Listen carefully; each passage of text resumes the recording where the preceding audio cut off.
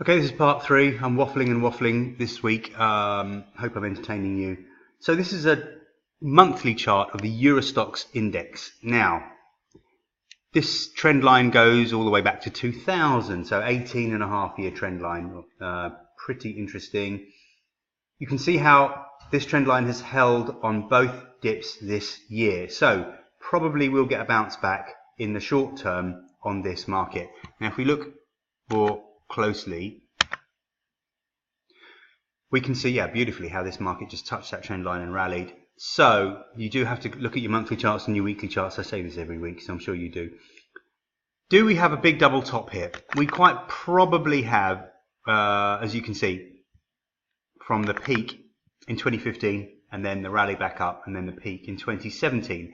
Now, the chart is a bit messy, but we do potentially have this huge double top, which is a right old state, and it won't be confirmed until we break below 26.45.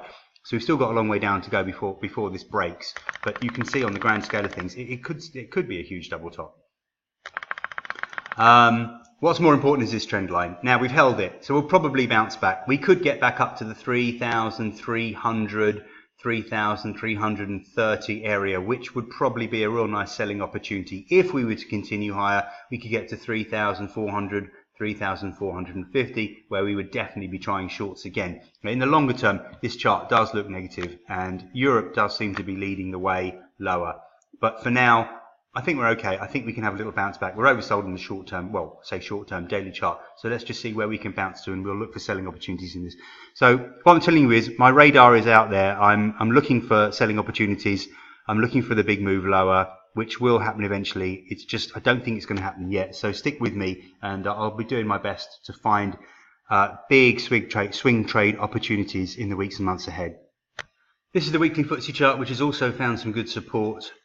This week you can see we held the trend line going back to the end of 2016, so call that a 2-year, 10-month trend line. 200-week moving average, beautiful. So we bounced right off there. I've got 69.07 as a level anyway, because this is a peak from 2014, really held quite nicely, 69.07, 68.80. So not really a surprise that we bottomed at 68.92. So we should get a good recovery again, probably very oversold on the daily chart. Let's have a look. Yeah, we are. So good excuse for a bounce back. I'll put some fibs on here for this short-term move. This gives us our targets. Look at that, 70.40 held nicely on Friday. We'll probably get up to test 71.25.35. If we get up through there, we're going to be looking at the September lows at 72.20, then we've got some resistance from the fibs at 72.70. Anyway, let's just see how far we bounce. We should get a really significant bounce. It's probably worth trying longs in stock markets. I think we get a good recovery, but whether this is the start of something more serious to the downside, yeah, it could be. And look, this could be a really big head and shoulders pattern. This could be the left shoulder. This could be the head down to here. And then the next thing that we could be getting is a bounce back to form the right shoulder, and then eventually a break below the neckline at 6900 for a big sell signal. So let's see if we can get back. We might get up to the 100-week moving average, and we might just hold that. That might be where we form the right shoulder from. It doesn't have to come all the way back up to the height. Sorry, the right shoulder. It does not have to come all the way back up to the same height as the left shoulder. And if the right shoulder has a lower peak than the left shoulder, that is more of a negative signal. So as I say, stick with me. Let me try and figure out what's going to happen with these stock markets. Let's try and get into a short position at the right level with some relatively low risk, and see what happens. See if we break the important support levels to trigger the crash. Now, markets don't move down in a straight line. They have very severe bounce backs in bear trends. As I said, I've traded every bear market since 1987.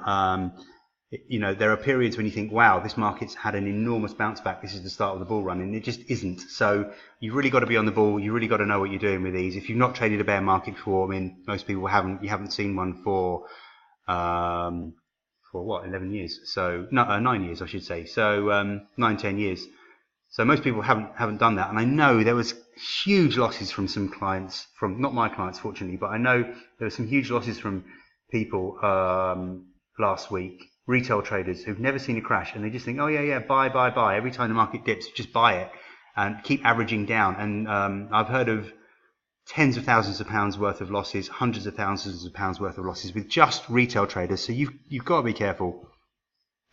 Right, I've been looking at other Forex pairs because the Forex market has been so difficult. I've been looking at other Forex pairs outside of my usual range to try and find profitable opportunities. The Canadian versus the Japanese yen has been quite good to us. We didn't really get the support I expected here. We only really held that level around the 8700 area with only really a scalping opportunity of 40 pips or so for a couple of days. And then when we broke lower, that was a sell signal, as I wrote on the report. If you managed to sell the break, that was nice. We hit our next target down at 85.90 for our buying opportunity. And again, it's really only been a scalping opportunity because, again, it's really only 40 pips profit in it so far on these 2 days. We could continue higher this week and get back up to the 8700 area, which would be a sell, and then see if we return back down to the 8600 area. So these are obvious levels to be trading and scalping. If we break below 85.60 rather, we'll probably be testing these converging moving averages down here at around the 85.20 area. So those are the 3 levels that you're looking to trade in that pair.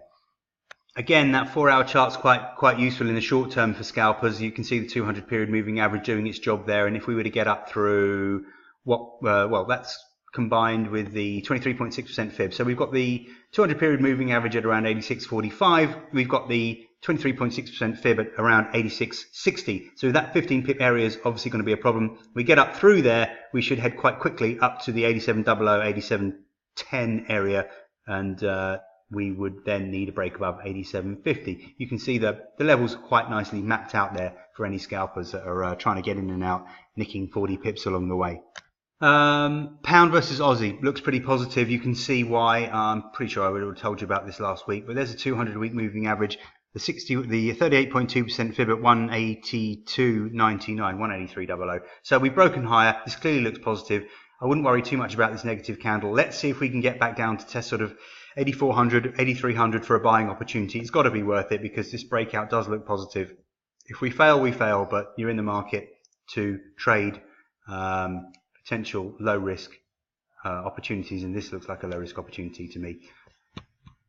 Beginning of last week, I warned you that the Australian dollar versus the Canadian dollar was testing a multi-year trend line down here, the 5-year trend line. And it's bounced nicely off there. So let's see if we can recover up to sort of 93.70, 93.80 on that one. We will have to get through the 2016 low, which is at 93.20. So we're approaching that one. Where did we get up to? We certainly recovered all of the previous week's losses.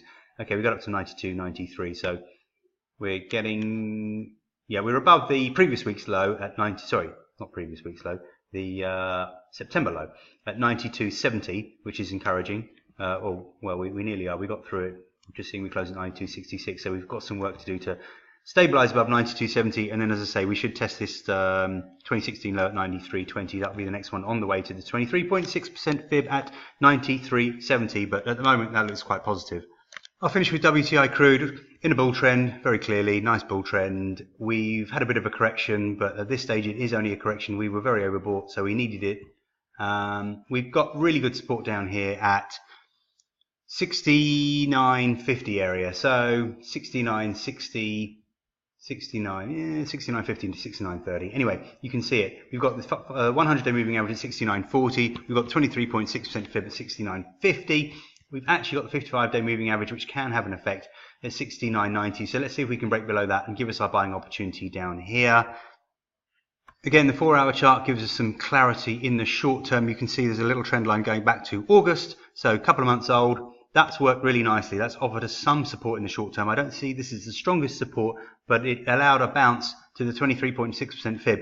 And I had that, I think, as a selling opportunity. So that worked really, really well. I think we did all right on Friday in oil. You can see why. Very simple. If we break higher, get up through 72.00, we should be heading up to 73.00 with the 100 period moving average on the 4-hour chart at 73.20. So you'd want to stop above there. We've got this little swing low down at 73.07. So you can see why 72.95, 73.05 would be the next target and resistance, and any shorts would need to stop above, say, 73.30. But for now, the 72 level is holding. If we break below the 500 period moving average on the 4-hour chart at 70.00, as I say, that should take us down to 69.50, which should be a really nice buying opportunity. Right.